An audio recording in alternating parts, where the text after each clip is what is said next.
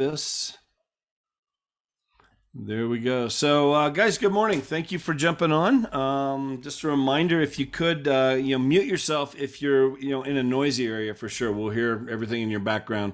So, just a reminder there. And if you can, turn on your camera. Okay. The more you can participate in this, the better. We'll take an hour here, and we'll dive into this. We do this every Tuesday morning, same time, 11 a.m. Eastern, 8 a.m. Pacific. It's the same Zoom ID every week, and the more people on here, the better. So along the way with this, if you have questions, put them in the chat. We'll get to those as we go. And there will be times in here too where we'll probably pause what Gary's going to talk about and open it up for questions, comments, discussion, that kind of stuff. Again, the more you can participate and throw out ideas and different thoughts, questions, comments that you might have, something that hit you, here's something you learned that you did that Gary's talking about, might be helpful for people. It's always going to be helpful. So no dumb questions, of course, with all this. We're all trying to figure it out. I've been a realtor for 20 years. I'm still trying to figure all this out. So anyway, it's a journey for sure. But Gary Jordan, I asked him to help lead it here today. Gary will tell a little bit of his story, but he's a certified mentor with Buffini and Company. A lot of you guys know Brian Buffini and that whole program. I'll let him talk a little bit about that. But Gary, I appreciate you doing this, man. Thank you very much. Why don't you take it away? Tell a little bit of your story, and then we'll dive right in here. Okay. Okay, Jeff. Thanks. Cool. Thanks. I appreciate that. You got it. Happy to be here this morning, everybody. My background story is I've been a self-employed entrepreneur all my life. I've had some great businesses. I've had some bad businesses, but the last 13 years has been full-time real estate. Started off back in 2009 when everybody was getting out of the business. It was a struggle. I had no systems in place. I had no really good mentorship in place, and the first 3 years, I like to try to forget about those. But over time, I got plugged into a good system. Back when I was with RE/MAX for about 7 years, I got exposed to this system called the Brian Buffini working by referral system that really fit my personality. I thought I got real comfortable with that system. I like the idea of that a lot better than just cold calling and door knocking and so forth. So I plugged into it 7 years ago. So 13 years in real estate now. I know this system works. The key thing, one of the biggest challenges I had to begin with, and still have, even though I've been in business for 40 some odd years, is time management. And think about this, guys. You're in real estate.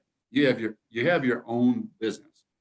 I call it a glorified job. You can call it a real business and whatever you want to call it, but you're the boss and you're the employee. It's kind of a sketchy kind of thing there a lot of times. And I just encourage everybody all the time to get up in the morning, get ready for your business day, to look in the mirror as the boss and think, well, how did that employee, Tim Holland, work yesterday? Did he do a good job or not? And at the same time, I look back in the mirror again as the employee. And you think, well, Madison Kelly thinks, well, did I really max out yesterday, or did I kind of was I a slacker yesterday? So it's really easier said than done to make this process work, but you have that responsibility, and you're in a very good business. And time management is one of the biggest challenges we have. We'll always have that challenge, but it's a skill to develop over time. And I'd encourage you to reach out and read things about time management. Read some books about it. Read some documents about it. As I was telling Jeff earlier, I have a really nice, about a 4-page e-document I can be happy to send in any of you after this is over upon request, all about time management. But if you learn the skills of time management and you really master them or come close to mastering time management, you can start running your business instead of your business running you. And think about this. Most everybody in real estate wants to make a 6-figure income, especially if you're new, starting, maybe you want to make your first sale. Well, to make a 6-figure income, let's say $100,000 a year as a conversation purposes. You make $100,000 a year, you work 50 weeks out of the year, that means you're making $2,000 a week. Okay? Break it down to, if you only work 5 days a week, usually we work 6, but if you only work 5, That means you're making $400 per day. Okay, to make $2,000 a week. If you only work 8 hours a day, should be working 10. If you only work 8 hours a day, it means you're making $50 per hour in your business to be able to earn 100 grand per year. Now, what I'm getting to the point is this: we do so many things during our day that are not $50 per hour activities. Tons of them. And so today we're going to talk about time management, ways to, shift the things you do in your daily work day. I emphasize your work day that is productive and is worthy of $50 per hour versus 50 cents per hour, $5 per hour. So, Jeff, I'm going to share my screen now. Sure. Anybody have any comments about challenges you have with time management to begin with? That's be a good open up to have some interaction here. We welcome interaction and questions. Anybody have any problem with time management besides me? Okay, I'm going to share my screen. We'll get this show started then. It's one of the hardest things, running your own business. It really is, and Yeah. it's not just a one-time 1 hour Zoom meeting will solve your problem. You got to work on this. It takes a lot of discipline. It takes a commitment. So the topic today really is the 5 no matter what's of time management.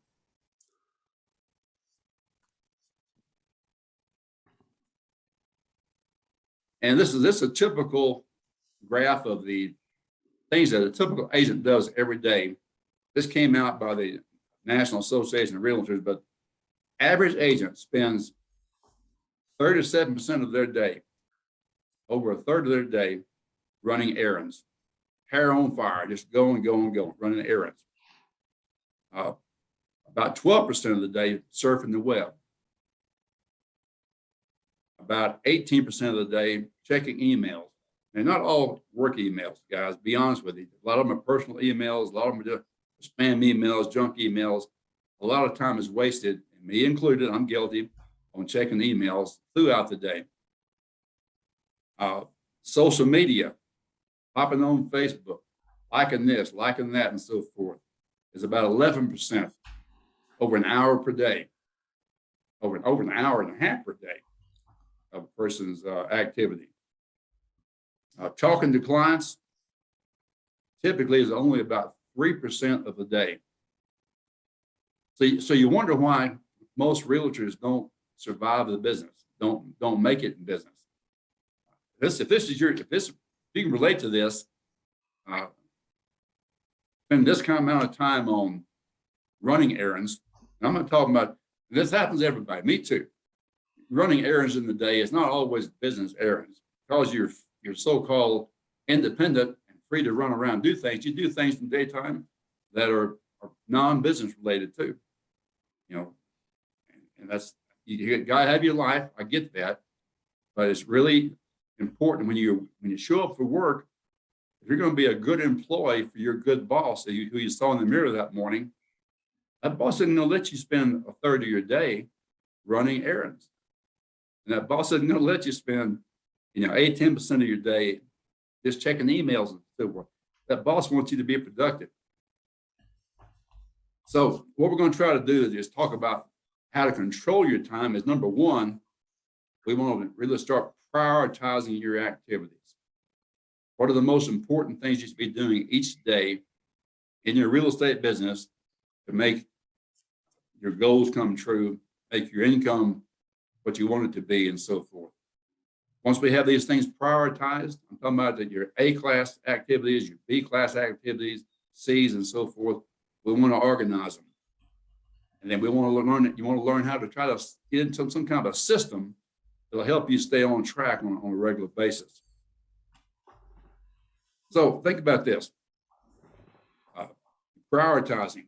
This is going to be you doing your big rocks every day, picking up that 800-pound phone, making those calls. Some people just won't do it. Just hand breaks out, break out in a cold sweat, the idea of calling someone.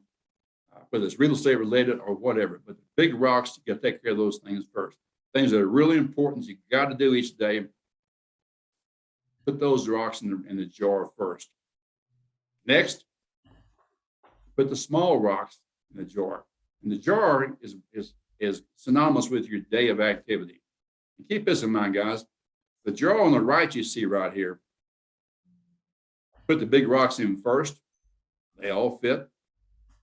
Then you put the small rocks in, and they fit in between the big rocks. They fit. Then you put the sand in. They fit in between the small rocks and the big rocks. That all fits. And lastly, you put the water in. It all just soaks in, and it fits in just real well too. On the other hand, on the left side, you see you put the sand in first and the water in first and so forth. You don't have much room left in that day or that jar for your real important, big rocks and the small rock activities. Hope that makes sense. It's just a good little analogy. The big rocks. What is the big rock deal? That's going on appointments with qualified buyers and sellers. I'm gonna back up a second. The big rocks, besides going on appointments with qualified buyers and sellers, I think it's anything that involves lead generation activities, talking to clients, having breakfasts, lunches with clients, and so forth. Just out there not being a secret agent. Those are the big rocks. You got to do these things every day, a certain amount of time per day. You want to have success. These are your money makers right here. The small rocks, very, very important. At least 2 hours per day of lead generation. What is lead generation? To me, lead generation is making those phone calls, writing personal notes, having breakfast meetings, having lunch meetings, just visiting with business acquaintances and so forth. Just out there, planting those seeds and spreading the word that you're not a secret agent, that you are actually in real estate. You like to help somebody with their real estate needs. Sand, it's following up on all the transaction details. And I've found over the years, guys, this is where you can spend most of your day if you're not real careful. You can work yourself into a frazzle, end the day up being just worn out. I worked hard all day. I've been in real estate all day, doing real estate things all day, and didn't do anything that was proactive regarding building your business. Taking care of transaction details, you'll get those things done. You can fit those in between the small rocks and the big rocks. But they can take up all your time and all your mental energy. You focus on these more so than you focus on the big rocks and the small rocks of lead generation, money-making activities. And the water, where we found ourselves spending most of our time, running errands, checking social media, Facebook, checking your emails, some are business, most are probably personal, surfing the web. I'm busy. I'm guilty about this all the time.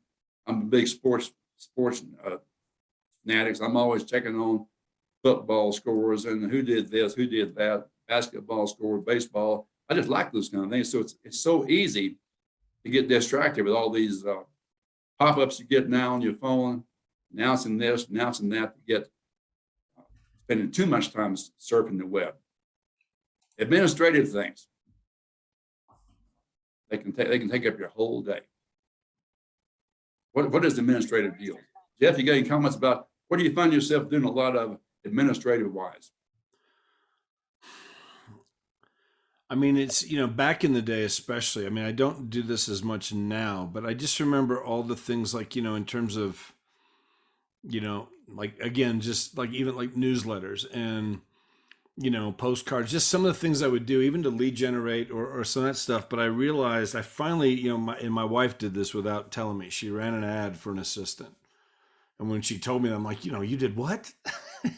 And it was the best thing we ever did, because I just remember like, here's stuff I'm doing that's taken up so much of my day as I was building my business back early on, the second, third year in the business, where it's really, it was $12 to $15 an hour work, and something I learned through Craig Proctor, through the coaching program I was part of, was like, wait a minute, like just figure out, how much are you worth? What's your hourly pay? And if you figure out, let's say again, let's say let's say you have 3 closings in a month and you've got, it's pulling in whatever, $20,000, in commissions, and divide that out by how many hours you're working in a week roughly. And now you can figure out your hourly wage. And if you're making, let's say you're making $200 an hour, like here's how much you're worth with that. So, is that the best use of your time when you're doing $15 an hour work, folding up newsletters and putting them in envelopes and writing out all that kind of stuff? Whereas I could hire an admin, to come in, an assistant, and take some of that stuff on, and it freed me up to do so much more stuff. Our business exploded when we hired that admin. And again, my wife just saw what it was doing to me. She got her license, and that was huge for me when we hired that assistant. But it was scary at first, because I'm like, oh my gosh, like this person, I got to pay this person every 2 weeks, and all that kind of stuff. But man, it allowed us to do so much more. But I can still catch myself getting caught up in not so much the admin type stuff right now, but all this kind of stuff. I mean, I hired my daughter. My daughter's working with me right now to do a lot of these things. Like, there's emails and stuff messages I'm sending out that can easily just be copied and pasted. And I can teach her how to do that and pay her to do that, And so I'm still working on this kind of stuff because I get caught up in all these things right here. I can easily get lost, go down that hole of Facebook and YouTube, and next thing you're like, what the heck? I'm watching these dumb videos that have nothing to do with anything. What have I just done for the last half hour? You're exactly right. I find myself 30 minutes that just I'll never get back, whatever. And talking about doing things that are, like you said, they're $10 to $20 per hour activities. And you can hire an assistant, an American-made assistant, for $20 an hour. You can hire a virtual assistant, other parts of the world, that can still do a lot of admin things for you very efficiently on the web, working 24/7 and so forth. It can save you a lot of time that you spend yourself doing the, $200 per hour big rocks and little rocks activities. Yeah. Even I find myself too.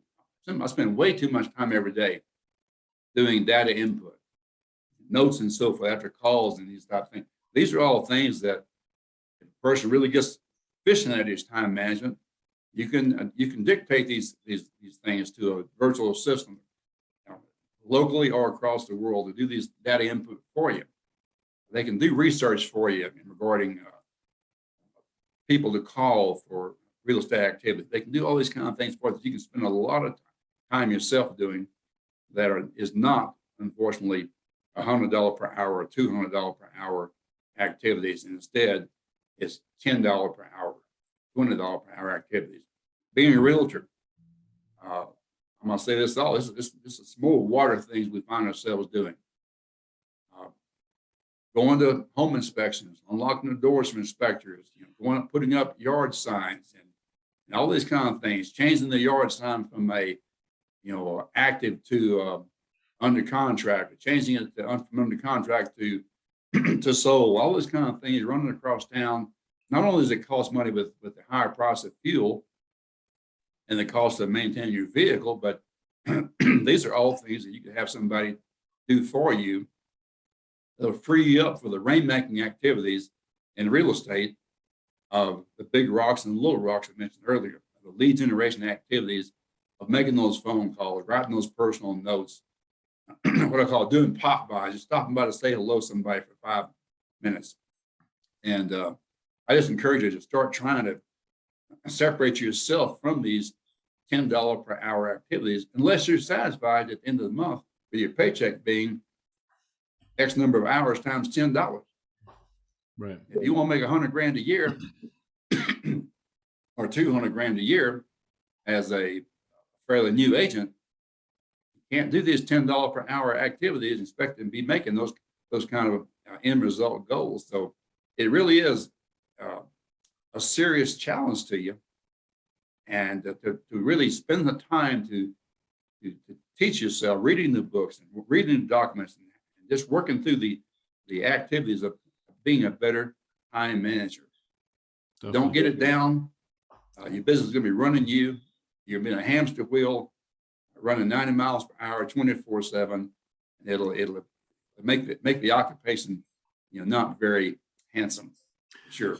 Gary, real quick, let me jump in. If you guys have never done this, and I would say figure out how much you're worth per hour.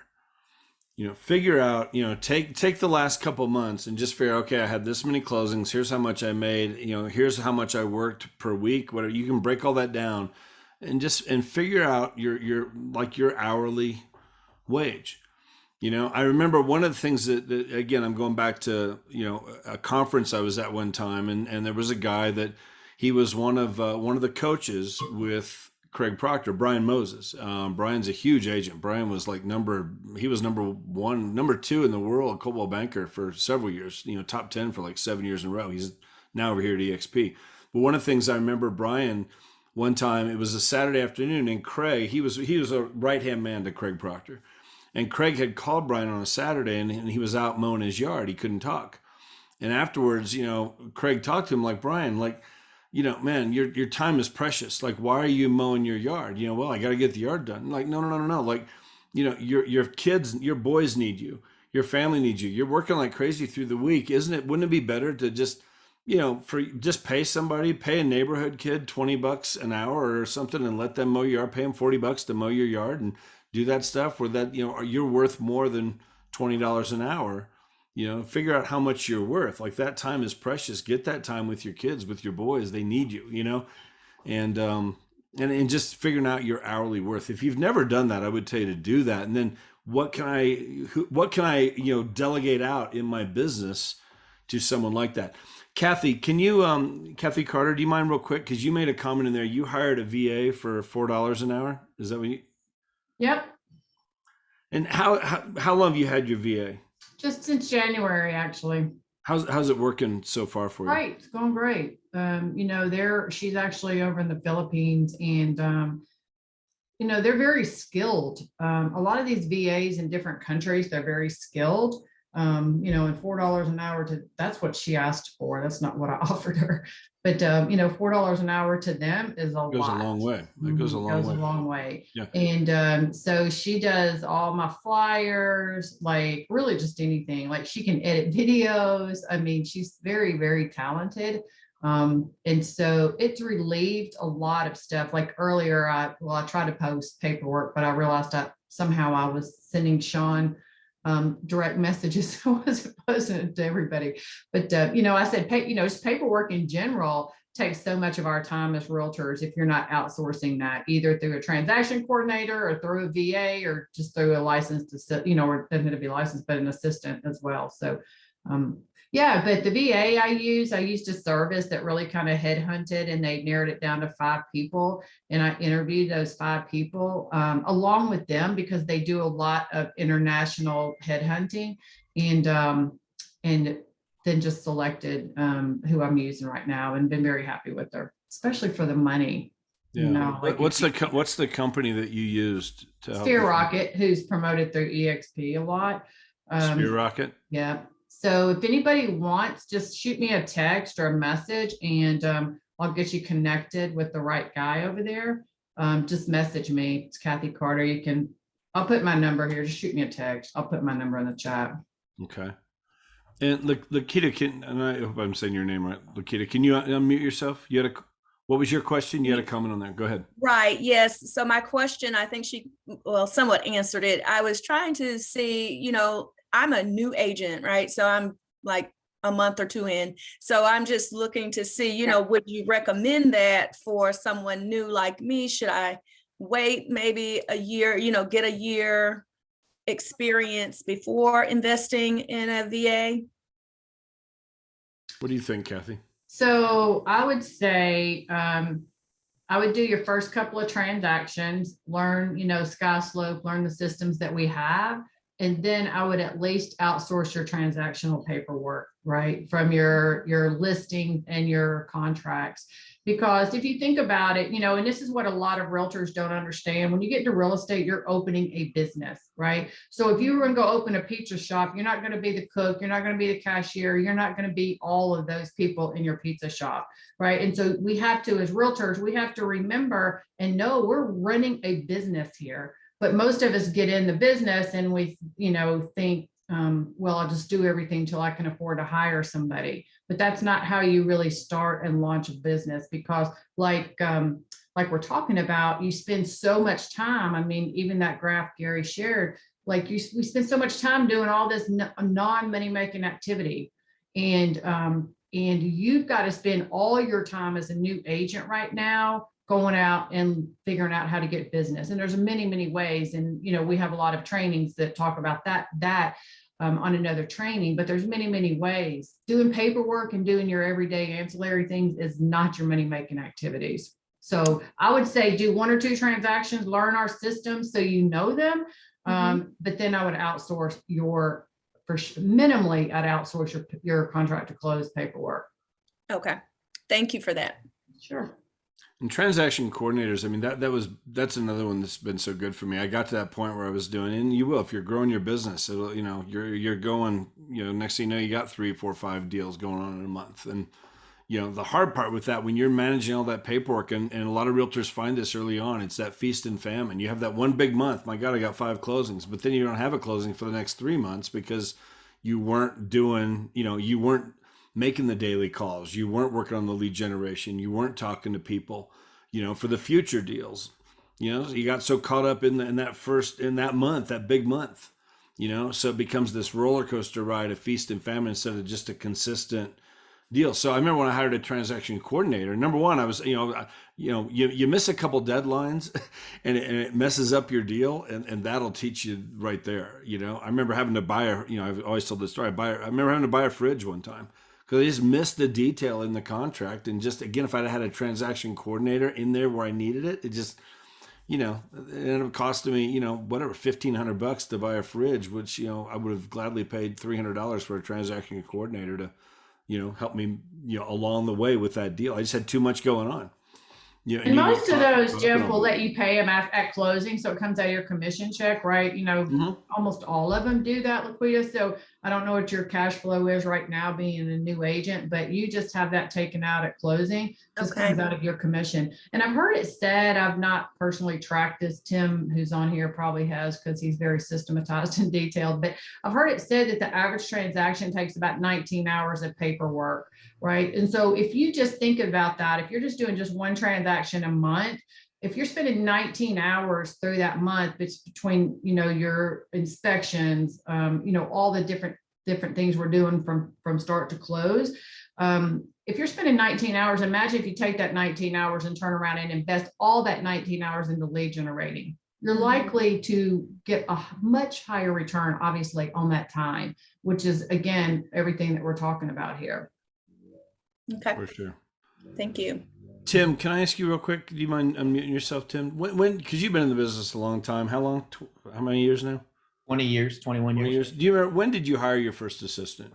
About 3 years in. 3 years in. That was me. Yeah, it was actually actually for me, it was about the start of my 4th year is when we hired our first one. Yeah. Got to that point. I want to agree with what's being said here too, but I want to give it a caveat. Yeah, go ahead. If you hire a TC or a VA and they save you 10 hours a week, that's only productive if you replace those 10 hours with income producing activities yourself. Just hiring a VA so you don't have to do the work and taking those 10 hours off doesn't get you ahead. So you've got to reinvest the hours that you save in income producing activities. It's a great point. Yeah. Take that 10 hours and, go play golf. That doesn't make you any money. That In fact, you doesn't might work. lose money.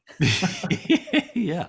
Tim, I do agree with that, but again, there's one caveat to that. It kind of goes back to what Jeff was talking about that Craig told Brian Moses, right? If you're working 24/7, which we can do a lot as realtors in this world, sometimes paying somebody, $4 to whatever, transaction coordinator, just to spend more time with your family is worth it, right? Yep. So it's kind of that balance, and everyone's business is different. And it's like, what's important to you? What are you as an agent trying to create? It's your business. What are you trying to do? And what are you trying to create? Yes, I agree. You need to be taking some of that time and putting it in, if not all, putting it into building your business. But maybe it just means you're going to make your kids' ball game because you're not doing all this ancillary stuff. So. Right. Yeah, and it ultimately comes down to, can you afford it? Can you afford that expense? And if the answer is no, unless I produce income while I'm spending that money, then it's a good thing. Yeah. Good points all the way around, for sure. It is, and it is important, I think, because I had, my kids were 6 and 3 when I started this, and it definitely, it was fine those first couple of years. Then it got really out of balance, like way out of balance, and so hiring that assistant was huge for us. But then I started building a team, and that helped, to be able to leverage more and more and more. But man, there was a couple of years there where it was just like, wow, like, my kids, my family, like, my wife having to pull me aside. Here, let me introduce you. This is your daughter. Oh, that's right. I have a kid. It's like, I was just going. And after a while, I think what can happen, I think sometimes if you it's like you let the business run you, instead of you running the business. And some of you guys have probably experienced that. It can lead to just, you start getting almost bitter about the business. I'm just like getting like, dang it, what the heck am I doing? It can lead there. So this whole thing, time management and figuring out those priorities and hiring the right people, they didn't have VAs back when I got going. That's a pretty new thing here in the last couple of years. But man, again, for $4 an hour, and that sounds like, I feel like I'm ripping these people off. I mean, you could always throw them bonuses, I guess, Kathy, right? And do different things like that. Absolutely. But that's huge that's a lot of money. That goes a long way for some of those people. And I've heard nothing but good things out of, Sphere Rocket, a couple of different things that are out there. So let's jump on, Gary. Go ahead. We'll keep talking here. Okay. That's all really good input. I appreciate that. Need more of that during the whole hour session. Thank you, Kathy and Tim. Yes, laying out, prioritizing is the first more important thing. Second thing is, guys, we got to be sure we organize all of our activities. And I recommend every year. Personally, I always spend really the last couple of weeks of the year in late December, kind of laying out my plan for the next year. I kind of reaffirm my goals for the year, reestablish the whys, and lay out the activities for the year. If I'm going to be going to any events, any conventions and so forth, if I have any certain things I've got to attend to, lay out vacation times and so forth, lay those out on a calendar that you can see it before as the year begins. And then you start planning the month each month. Plan your month. I live on my Google Calendar. My Google Calendar is my daily guide. I'm reviewing it all the time. I'm always planning the months. I'm scheduling the week. And each day, I've got certain times blocked off every day in my calendar for real estate calls and for lead generation activities. Every morning, I'm having my morning coffee early in the morning. I always look at that calendar and say, well, what do I have for today? It's even better sometimes to look at your calendar the night before, so you won't miss a breakfast meeting at 7:30 the next morning. Look at it the night before to see what you have laid out for your next day, and prioritize those things so you'll be able to work on those big rocks and those small rocks first. Get those things knocked out. I call it winning the day. You get the big things knocked out early, you won't be thinking about it all day long. And then you focus the rest of your day on the sand and the water and those lesser income generating type of activities. Systemize. This is the third thing that's very, very important. We got to use the skills you have, use a discipline you have, or a discipline you're trying to create to establish a habit. I've found that it's like working out. If you're working out on a regular basis, you're making progress with your health and so forth, and your muscles and your joints and so forth on a regular basis, like even every day. If you all of a sudden take off 2 or 3 days, you got to almost start all over again. It just regresses so fast. And your habits do the same thing. You start doing the same thing every day, whether it's only making 5 calls a day. It may sound like a lot, but it doesn't take you very long to make 5 calls. My goal every day is to make 10 real estate related calls to my client, my database. And I find that typically, if I make 10 calls, at least half of them are going to be a voice message. And you have it prepared, something you're going to say when you call them. Leave them a nice message. Let them know you care about them, you're thinking about them, and the real estate market is this or that. And just touching base is the main thing. But doing it on a regular daily basis is the key thing to creating good quality habits. At the same time, it's sort of like gravity pulling you down. These habits of checking your emails 20 times a day and checking social media every 30 minutes and surfing the web and so forth throughout the day, guilty as charged, is bad habits. They can you can have, and it takes you away from the game. So if you have these good habits, guys, these things will be much easier for you. You make it automatic. You have it on your calendar. And I'm a big calendar junkie. So use that calendar and watch that calendar throughout the day. You'll stay more. It'll help you a lot to stay on track. I just recommend every day start off 15 minutes in the morning, looking at your day, looking at your activities you have scheduled, and reprioritize. Make sure you're doing the heavy lifting, the big rocks, and the medium-sized rocks first. Get them out of the way. That way you can cruise to the rest of the day, taking care of the sand and the water. Hope that makes some sense.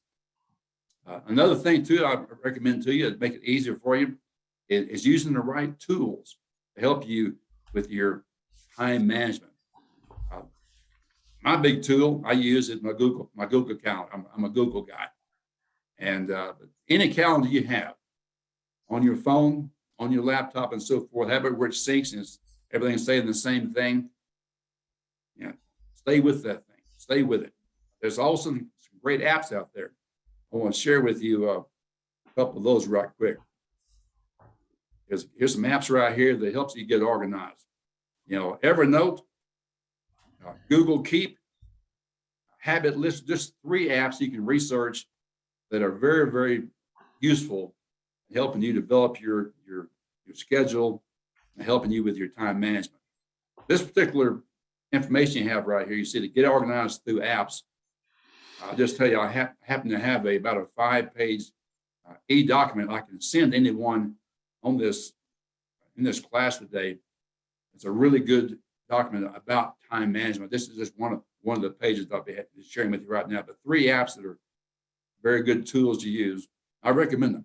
You want to use an app, and use your calendar. And of course, you have your app to your calendar too. Anybody else have anything you're using that really is working well for you to help stay organized and helping with your time management? Tim, I know you're probably the most organized one in the whole group here. What are some of the things that have really worked well for you in the past and today? Don't let him lie to you. You should see his desk. What'd you say, TJ? I said, don't let him lie to you. You should see his desk. The truth comes out. Organized Oh, piles. you make No, us feel so much better, I TJ. know, just gave me the wrong impression then. No, I live by my calendar. If it's not in my calendar, it won't get done. I don't understand people that don't use a calendar and how they try to remember everything. But yeah, that, and I'm a big list person. I've got checklists for everything. What do I you don't use even for try your- to call you. what do you without use looking at to, your calendar? Do you hear what was your that? question, Julia? Oh, Tim has we're on a shared team calendar. Okay. I know what Tim's day is going to be like before I go to bed every night. I don't even try to call him certain times of the day because I know what he's doing. That's good. Tim, what do you use to log your list each day? Is it on your calendar? Is it a separate document, or is it a yellow pad, or what do you use for your list? I will use a task list in my CRM for sales related activities, and I still have a lot of old fashioned legal pad lists too. I'm trying to get away from that. I'm looking at one of the electronic products right now that's basically a automated notebook that allow me to systematize and create different lists. And I know Aileen has it, and I think she's liking it real well. But ultimately, I want to get rid of all paper and have a list for personal, a list for business, a list for attraction, et cetera, and just keep everything in one spot. And like you say, I mean, it's critical then that synchronizes with all of your devices. So wherever you are, you've got access to your list. It's easy to check something off. It's easy to add something to it. Exactly. Another key thing I think that everybody here could do that makes your life much easier too is in regards to time blocking. I recommend that everyone here redo your voice message when somebody calls you, you're not available, and in your voice message, tell them that you appreciate their call, and you'll be returning calls at such and such time window. And also you add to it, if your call is after such and such time in the evening, you'll return the call the very next morning. So have some free time for yourself in the evening for yourself and for your family. It's very important. Nothing's worse to me than getting real estate calls at 8 or 9 o'clock at night that the fire's burning. That just totally gets you upset, gets you distracted from your family and so forth, and has you get to where you can't sleep at night and you're thinking about this fire burning all night long. That fire at 9 o'clock at night will not be any worse at 8 o'clock the next morning. You can count on that. Make that call first thing and deal with it. But those late night calls from a irate or upset or issue going on with top client, they can always wait till the next morning if you set your boundaries. So I'd encourage you to redo your voice message. I recommend that you tell them in your message you'll be returning calls. Let's just say between 11:30 and noon, or between 4:30 and 5. Block those kind of things off and put it in your calendar. That's my time for returning calls. If you don't, you'll find yourself like most of us. You're taking calls and you're returning calls and all these kind of things throughout the day, interrupting you when you should be focused on putting those big rocks in the jar, making those outgoing calls and doing those lead generation activities. When you're doing these important things, it's important that you have your mind on doing these important things, not being, sucker punched from calls coming in left and right. That stress here, crisis here, totally gets you mentally off of your game and taking care of those big rocks and small rocks. Does that make sense? Yeah, definitely. It's really easy in this business to, again, just, get sidetracked and be flying by the seat of your pants all day long, which it gets so chaotic, and I remember being there. For me, I think just, again, I use my calendar. I mean, I'm like Tim, if you look at my calendar, it's just blocked, and I have hour blocks in there. I have half-hour blocks in there. I got 2-hour blocks in there that are, like this 2 hours, whatever, 4 to 6, I'm returning, I'm calling leads. I'm calling leads that have come in. I'm all that kind of stuff. I used to block out, Saturday mornings. I would have usually about 9:30 to 11:30, and I would block that every Saturday morning, calling leads that had come in the last couple of days throughout the week. That if I hadn't been able to reach them yet, I'd always try and call them right when they come in, but sometimes you don't get them. But that Saturday morning time frame was really good. And the only time I would ever alter that, I remember, again, just learning this early on. If I had an out-of-state buyer that was in for the weekend, and they want to find a home this weekend, okay, they're going to get my priority for sure, because we need to go look, at as many homes as we can, on Saturday, starting Saturday morning at 9 o'clock or whatever. But otherwise, if I had a call, even from a local buyer that I'm working with, and they want to go look at homes, and hey, we're free on Saturday, and I would let them know, like, I can start, anytime after 11:30, I'm good. I'm booked right now in the morning. And they didn't need to know that my time booked was me on my phone making calls, because that 2 hours in the morning, I would catch more people at home, and answering the phone from that 9:30 to 11:30 slot on Saturday morning than any other time of the week. And I could easily set up 4, 5, 6 appointments or more, sometimes by talking to those buyers, sellers, leads that had come in during that time, and that was the money making time right there. If I can set another 5 or 6 appointments during that 2 hours, now the rest of my day, I'll go out there and show homes, go do what I got to do. And I never got away from that. As again, the only exception was an out of state buyer, they would get my priority.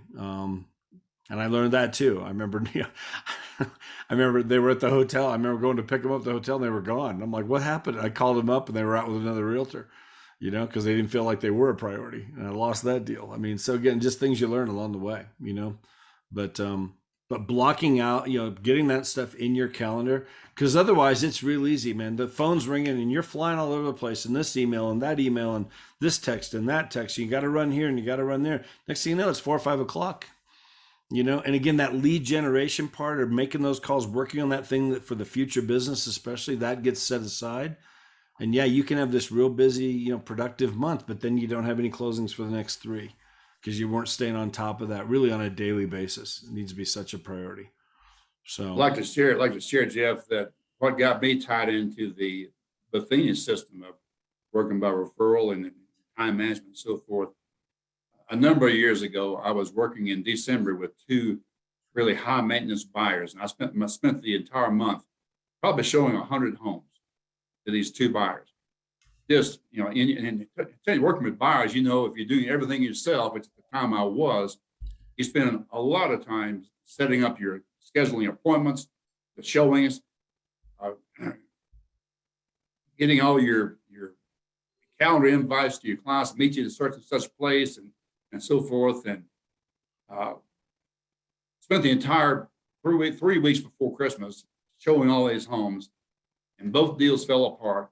And I had done nothing in December regarding the big rocks and the small rocks, lead generation activities. I started off January 1st of that year, totally starting over. I had nothing in my pipeline.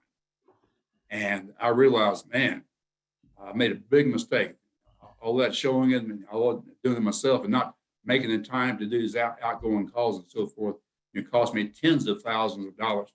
That's when I took my first Buffini class. There's a Buffini course, and since then, I have made that mistake again. I think it's so easy.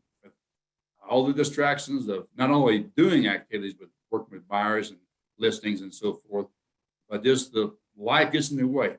Holidays coming up, delays because of Christmas, delays because of Thanksgiving, delays because of, you can have the weeks delays because of anything. Memorial Day, Labor Day, Mother's Day, Father's Day, all kinds of excuses to put things off and so forth. Yeah. We've all been guilty of it. I'm probably the most guilty of all. But blocking these things off, I'm going to say this, wrapping things up before we go into the final Q&As. There are 5 things that no matter what, and one is taking 15 minutes per day to go over your schedule for the day, making sure it's right. You know what you got to get done, and you have these big rocks and small rocks taken care of first. Second thing is time blocking. Block off on your calendar certain times of the day that you're committed, not just schedule, but you're committed to do the things you need to do to create income producing activities. First thing is take 1 day per week off. You don't want to get burnt out. Take a day off, at least 1 day per week, preferably 1 day per week. Just to take care of yourself mentally and healthy wise, and to spend some time with not only yourself, but your family too. They won't just be spending your entire life in your job and forget about your family. I recommend the 4th thing of these 5, no matter what, is spending at least 1 hour per day moving the big rocks, doing the lead generation activities, being face-to-face with clients, or making those phone calls, writing those personal notes, doing things that will make you money. Those are the things that are paying you $100, $200 per hour. At least 1 hour per day, preferably 2. And the fifth thing, plan your weekly schedule. Look at it ahead of time so you know what's coming up and just stay on top of those things. So those what I consider to be the 5 no matter what. We could probably add 50 more things to it, but I don't want to overload the wagon today. So I'm going to turn it back over to the group here. Welcome any Q&As of experiences you may have had, stories you want to tell, both the good stories and the bad stories. Very cool. Appreciate it, Gary. What are some thoughts, guys? Let me just open up. Brett, would you mind can you unmute yourself? Brett Franklin? There you go. There you go. How you doing, man? Good. Good. How long you been in the business, Brett? Well, 2 years here in Kentucky, and in Oklahoma, I spent about 18 months in farm and ranch real estate sales, but I didn't really have many transactions. So my experience has really been in the last little over 2 years. Okay. What are some thoughts you have on this? I mean, how have you had to work on this as far as time management? What kind of things are you working on, getting better? Well, this is really helpful to me because that is my biggest struggle is time management. Okay. And I don't think I ever realized how bad I was at it. I got into real estate, and then I started being confronted with, some epic failures in that area, but making some progress. But a lot of things that Gary has said really resonate. I'm trying to prioritize 2 to 4 hours a day of lead generation, and failing at that, on a regular basis. So, but just a lot of things that he said really help. I'm going to try to use, some of these apps to help organize some of my lists and stuff, and some of the things that Tim has said about lowering the amount of paper you have, try to get more of it digital. But time blocking, I would say, is probably my biggest hurdle, and I feel like I'm making progress every week. Every week I sit down and I get a little bit better at it. But it's the follow through, like everything else, and it's improving my organizational skills. And one thing I really like about this presentation is it's really there's some things that I've improved on. I've hired an ISA to help me with some of my prospecting, some different things, but this presentation has really kind of helped me realize that there are still a lot of $12 an hour, 15-hour things I'm doing. Yeah. I'm allowing these little rocks to come in and undermine my day and my week. And this is really helping me just kind of rethink that and say, you know what, I could actually hire a transactional coordinator, and that would take some time out of my week that I could otherwise use for active prospecting, either going out in the field and talking to landowners or getting on the phone and circle prospecting and calling expired listings and that kind of thing. So I really appreciate it, and it's helpful for me to be reminded of, you know what, there's still a lot of minimum wage work I'm doing that I need to kind of rebalance. For sure, I appreciate you. Putting our signs out, like if your listing's 20 or 30 minutes away and you're going to put your sign and your lot boxes out, I mean, that's an hour plus just to go do that, right? Just hiring somebody to go run your signs for you, do those type of things. Absolutely. Yeah, there's so many things we can do. Just that again, it's just better use of our time in other ways, more effective, more money-making stuff that we can do. Eileen, can you unmute yourself? Are you available to talk here? Eileen Fountain. Kathy Carter says that you're loaded with experience, Eileen. Hey, I'm here. Hey, any input that you would have? How long you been in the business? 18 years in the business, okay. And I still to this day work on time management. It's something that it's an area that I'm constantly improving upon. I'm also a Buffini person, so that I knew right away when Gary started talking about doing his notes, his personal notes and pop buys. I've taken several of his courses. so yeah, I mean, time management, I have a personal real estate coach, and I told him, I'm like, I'm still working on this time management thing. And he's like, Aileen, and so, yeah, I mean, it is super important to stay on track of it. And I liked the way that he categorized how to implement your time management. And certainly if you want to get to the next level in your real estate business, it's something you have got to continue to work on and continue to try and implement. And a number of things that Jeff and Tim said, and even Kathy said, are things that I do in my business as well. I've got an admin. She's here Monday through Friday. I get, so much more done because of that. And I'm able to do so much more than, the average agent. And so, I mean, when you will know when you get there in your business, but right now, I mean, it's like you said, Jeff, we didn't have virtual assistants years ago.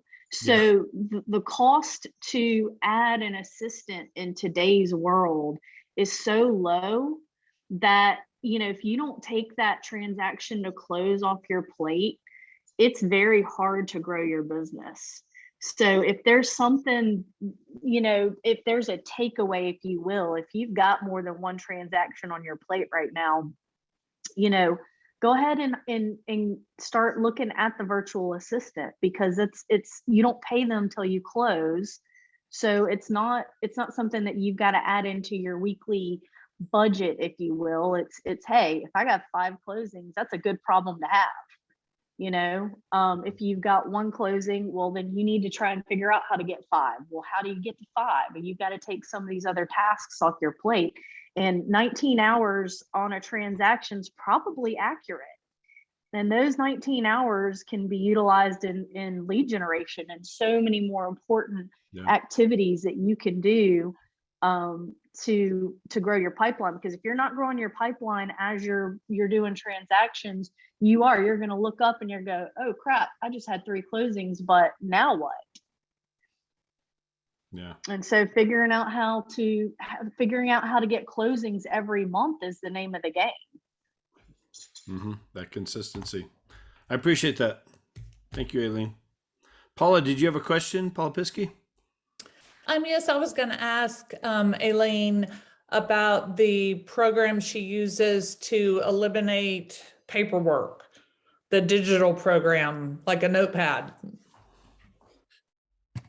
Yeah, it's the digital notepad that I have is called the Remarkable. And I was actually, as Tim was talking about it, I was literally taking notes on my Remarkable when he brought it up. And so I don't know that it syncs across devices, if you will, but it is a digital notebook that you can carry. It's very slim. You can take it anywhere. And I have all my notes categorized in it. Like I have my coaching notes, and that's what my coaching notebook is what I'm in right now. And, but I have like 10 different notebooks within this notebook, and it's all organized. And it works great. I mean, I would definitely recommend it to declutter. I mean, prior to the Remarkable, I'm like Tim, I would have these yellow notepads and I would fill them up. That's what I do. Yeah, fill them up every month. And the next thing you know, you have 50 of these yellow pads and you're like, okay, wait a second. I have something really important in one of these notepads that I've got to go back and find. So yeah, it's super, super easy to use. I definitely like it, and I'm using it every day. Yeah. Thank you. It's on my list to get. Tim, do you have a Remarkable? You have one? Not yet. I've had it in the cart for about 6 weeks. I just haven't pulled the trigger on it. And you want the Remarkable 2, not the Remarkable. 2. That's the newest version, and if it you will look- sync with Google. Yeah. And I think iCloud as well. Yeah, they're like $600-700 by the time you load up everything, but it's something I've looked at for sure. I know Aaron Ken has one. He raves about it. I mean, I used his at one of the conferences I met him just to see how it worked, and it's like writing on paper. I mean, it really does feel like it's like writing on a pad, but you can categorize everything, organize everything. It'll sync up to your computer, through Wi-Fi and stuff. It's really, really Really, really good. Good way to be organized for sure. Because I'm the same way. I've got pads everywhere right now around me. If you could see all it's stupid. So anyway, you're trying to find something. Where the heck is it? I have no idea. So anyway, couple quick books. Somebody mentioned this one, Eat That Frog. It is a great book in terms of, if you want to read it, and it's a quick read. It's like, it's, I don't know, 120 pages, 20 great ways to stop procrastinating and get more done in less time. That's a good book. Another good one that I would recommend is this one here, Brendan Burchard, High Performance Habits. This is really good.